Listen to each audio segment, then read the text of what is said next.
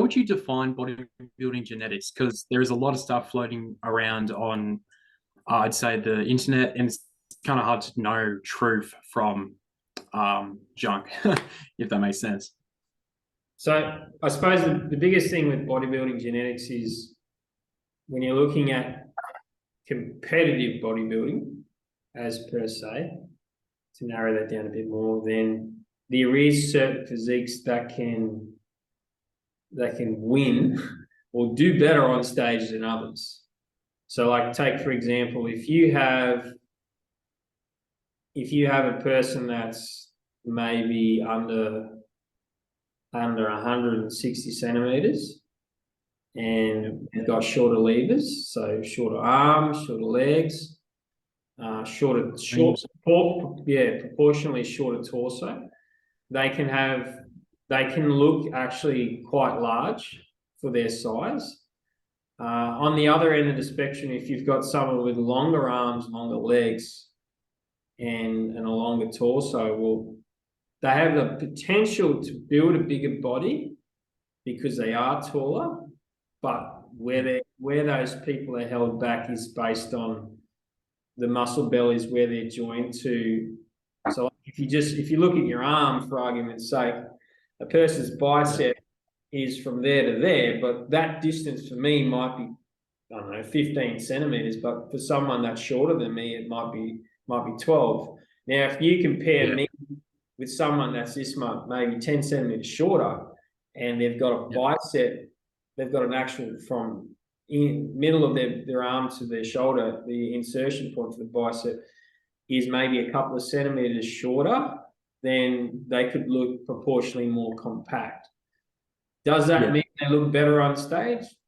Maybe. It depends. Like, yeah, exactly. It's such a maybe. So where it comes to the biggest thing in terms of genetics is some people are on different bandwagons that say, oh, genetics is better than hard work is better than genetics, or you got to have both.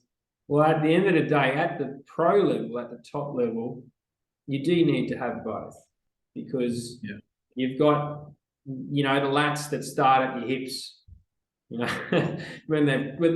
mind you, they've got 20 years of training that goes on top of it. But they've got the genetics where maybe their lats are really well developed, or they were developed very early on and they just made it even more or even better. So to give you an idea, my first competition, the guy that won, and he won my second competition as well, he was my third, he weighed an extra 20 kilos heavier than I did. And okay. Both had similar leanness, but he was just probably similar in height too, within maybe a couple of centimeters. But so within a couple of centimeters of each other, would you say you're similar body types in that way? No way. No chance. No, I came from more the ectomorph build, the leaner, smaller wrists, smaller ankles sort of build.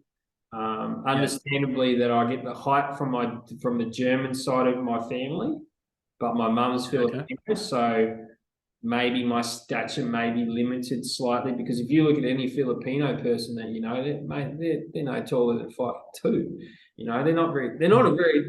They can make some tremendous bodybuilders, but if you are if both parents are Filipino, then you probably have really good symmetry levels, but mine's a bit stretched, so can you base it all based on your parents? Not necessarily. If I go back to my grandfather's generation and his brothers, they were all Olympic lifters, and they did probably the equivalent of what powerlifting was back then, I guess. So, that was in my genetic chain, and whether you do anything with it or not. So my brother has a similar physique to me. He's probably got slightly longer arms and maybe slightly longer legs because he's a little bit taller, but he weighs 20 kilos less.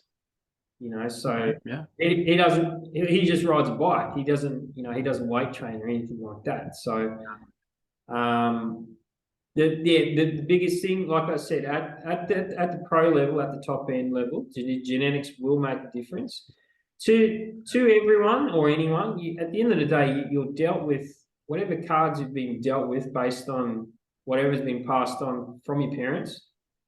Then that's what you got to work with. Now, whether you're really tall, whether you're not, whether you're medium height, whether you're not, it's whether you carried a bit of extra body weight when you're a young person, or whether you've got a slower metabolism, whether you've got a faster one. We can speculate as much as we want about it, and we could try to understand it, and we can try to understand how far we can push our body. But to put it, to narrow it, and we can look at people at the real top level, we can go, wow. Take for argument's sake, if you think of sprinters in America, yeah. And like I don't know that much about them, but what background are most of the sprinters from? Where are they from? I'd say African American. Would you say? Yeah. And would you say also the same probably for long distance runners as well? I would say so, yes. But then you flip it on its yeah. head. Flip it on its head. Most of the people that do really well at swimming, are they the same people that do well at track and field? I would not say so. I don't know that much about swimming, but from what I can see, no. Yeah.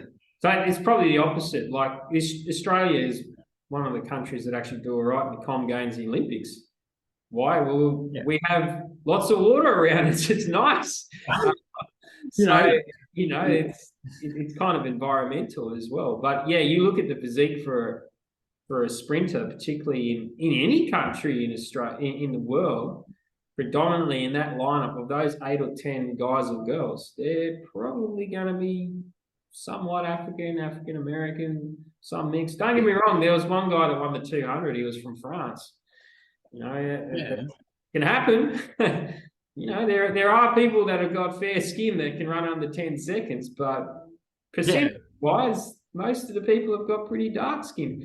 Equally so in bodybuilding, some of the guys with phenomenal physiques are generally, the genetics is more in the favor of people with olive or darker skin, because that's just unlucky. But unlucky for me. If you think about the strongman, I don't know how much you follow strongman. Yeah, like I like Hathor, Eddie Hall. Yeah, I forgot his name. Yeah, Eddie Hall. Yeah, there we go. You got the guy. I can't remember the training partner of Eddie Hall. Brian Shaw. They're all from the Netherlands, or they're from Iceland, and they're these big, massive dudes. They're not running any time quickly, 10 seconds, but for their height, size, and weight, they're just born for that sport. So yeah, there's definitely genetics that can play in it.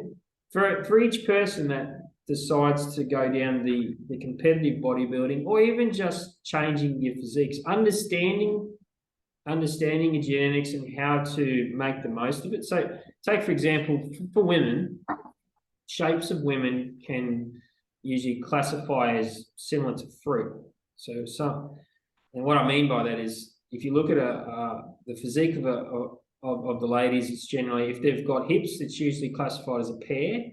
So they come in and out, and then sometimes they may not have that, and then they classify as an apple. So they don't carry as much body fat around the bottom half. They carry it more maybe in their midsection. But some people, even males, most males predominantly carry their weight on their stomach, predominantly. Yeah. They can have really lean legs, and they can have maybe a little bit on their back and around their hips, but that's predominantly. Hormonally, women hold it in those places, whether it's down the bottom, whether it's a little bit higher, whether it's in the boobs, whether it's up near the back, that sort of thing. So those genetics can definitely play a part in it. They can also help when you coach someone to say, okay, well, you hold it in this certain area, then it could be an area that we could help develop and we could actually make it a strength. Same as with some people, a big thing about that people talk about is having calves and underdeveloped Yeah, calves, and I've been there. well, But you do boxing, so it helps because you're constantly on your toes, it's So, got my toes. Yeah. yeah, True, like true. someone once said to me, said, if you want decent calves, you need to either walk on the tips of your toes or you can wear high heels. I'm like, oh, neither of them sounds really that feasible, but I'm sure it works. But Half raises. Half raises. well, yeah, like it is, and it's if you think about how often the first muscle group, what was the first muscle group that you started training before you did anything? First two muscle My groups. arms, my Exactly. arms and my biceps and my pectorals. Exactly. My chest. Yeah, Chest and chest and guys. because But it was just funny.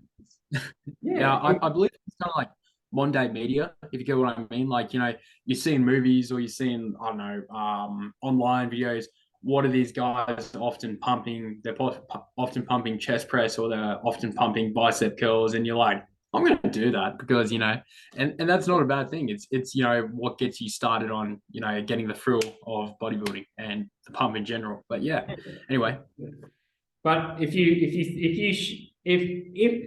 had the time again, and because people say that, oh, my calves, I want bigger calves, I'm not happy with my calves, they're undersized. Well, I'm like, well, if you started training them equally about as hard as you did when you were doing chest and buys, then they probably would be all right by now, but they just have to play catch up for so much time. So, and that's the thing with calves, because they're a muscle group that recovers really, really fast, that it's hard to see the growth factor in them. They'll grow. They just take, instead of weeks and months, they take years and possibly decades for some people. But it's one of those things. If you put a couple of decades into training your calves, yeah, well, they may not look as good as the person right next to you, but they're definitely going to look better than the version of yourself that didn't train calves two decades or a decade before. Like, it's all relative to whatever your version of yourself that is you're trying to improve. So yeah, there's all those sort of things as well. Like I said, at the elite level, if you ever watch any of the natural elite level bodybuildings, yeah, um, WNBF. yeah, Like, yeah. yeah, there's definitely a fair share of guys and girls that have the darker physiques. So maybe they're from Japan, or maybe they're Chinese, Vietnamese, or they're part Chinese. Alberto Alberto Nunez. I believe he has. I may be assuming, but like, I'm actually not sure. I'm assuming South American heritage or the like, or He's otherwise known as the Ivory Latino. So yeah, yeah.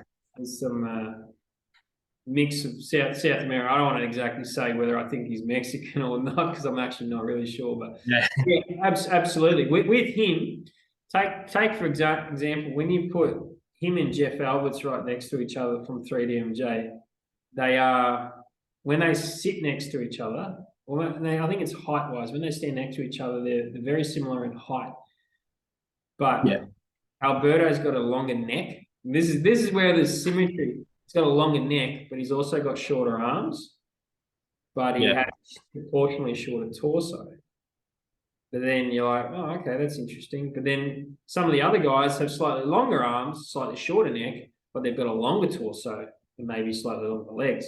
So how he's put together, how he does his training and his programming and that sort of stuff, he's managed to optimize what he's been given with maximize it to as far as he can. So is there a limit to the genetics? Yeah, there is. There's calculators out there that you can use that are based on measuring your wrists and your ankles and that sort of stuff. They're based off bodybuilders in history that they've designed them off. How accurate they Yeah. are, well, that depends. At the end of the day, but yeah, definitely hitting that genetic limit. You start noticing that genetic limit probably you start getting there if you've been training consistently for 5 to 7 years, and then you're like, oh, funny, I got all my first 10 kilos in the first couple of years, and I'm like, I'm not getting 10 kilos anymore. Yeah. But what does increase is the density of the muscle. So the hardness of it, so what it looks like and how it presents, particularly when it's lean, that's what can change. But then the small changes, like in terms of kilos, person might gain just say anywhere between 2 and 3 kilos for the first 5 years, for each year. And then after that, it might slow down to possibly anywhere between half a kilo to a kilo. And then after that, it might be, you might have 2 or 3 years, you might only gain half a kilo in stage weight, or you might stay the same. Now, whether you actually go up in lean muscle mass or whether you hold on to more lean muscle mass going down. So because there comes a certain point that the body will kind of top out, and it's going to be very hard for it to go any further. And that goes the same with powerlifters when you get to your max bench, your max deadlift, your max squat. Biomechanically, there is a maximum limit that everyone has where the increases won't be 2.5 kilo plates or 1.25 a side. It'll be, just say a training block 7 or 8 weeks. For those people, you might need to stay on the same weight. Just say you squat 140, nice, good depth. But you got to sit on 140 for 6 weeks, 8 weeks, 10 weeks before you get an extra rep. Or you got to sit on for 6 to 7 weeks because that's your upper limit. Now, what my upper limit is compared to yours, well, that's going to be completely different. That's based on where your leg positionings are. Maybe you're a high bias squatter, maybe I'm lower. If all things are equal, if your calves are bigger than mine, then that means when your calves touch your hamstrings, then technically, and your hamstrings are bigger than mine, then that means I might be getting a bit of higher depth. Like, you know what I mean? So it's all those sort of things as well that come into play. So they're definitely they're not just in bodybuilding, the genetics. Obviously, there are in every single sport that are prevalent. We mentioned it with the athletics, with the swimming and that sort of athletics. Yeah. But wow, yeah. Because I never really thought about it like that. I just, from my perspective, it was just with bodybuilding, with genetics, it was just you either gain weight easily or you don't. And lucky enough, I seem to gain weight. Yeah. And but yeah, it's initially, once you get a certain amount of lean muscle mass on you, what you'll notice is that will change to a certain extent. So that will probably change, that you'll be able to gain. You'll have a certain the somatota that you've been given. So we mentioned this in our last few podcasts in terms of ectomorph, mesomorph, and endomorph. Now there is possibly ectomorph being more of the leaner and skinnier type, mesomorph being more the solid, maybe more of a football player, and then endomorph is that larger individual. Now there is possibility that you can go from ecto to meso, or meso to ecto, or you can go endo to meso. You can kind of bring that gap closer towards each other. Mine personally has gone more ecto meso. So the days of me eating whatever I want and not gaining weight, it's still there. I can still do it. But if I'm training hard, I need to eat a lot of calories to get them in there and to get the gains that I want. Someone of similar height, they might have more gains, more lean muscle mass, but that's just the cards have been dealt with. So yeah, essentially you can only do the best that you can for what you've been given. So it's very true. I mean, it's just funny because I'm one of 3 brothers and I am the youngest, and I'm my oldest brother. He's of, I'd say, regular size and body, composition. My middle brother is of smaller size and smaller body composition. And then there's me.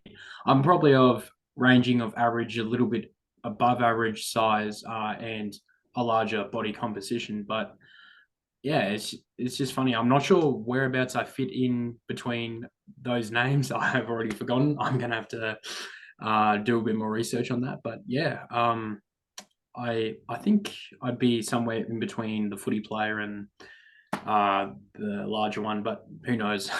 What would be I your reckon professional? you probably fit probably more in the mesomorph. So that's that middle one. Like if you're really into playing league or union, you know that we could definitely get you there if you wanted to, you know, do that as a sport or that sort of stuff because you've got that somatotype for that. Yeah, And like you said, you seem to gain weight very reasonably quickly. yeah, Looking at your brothers, I suppose really the only way to see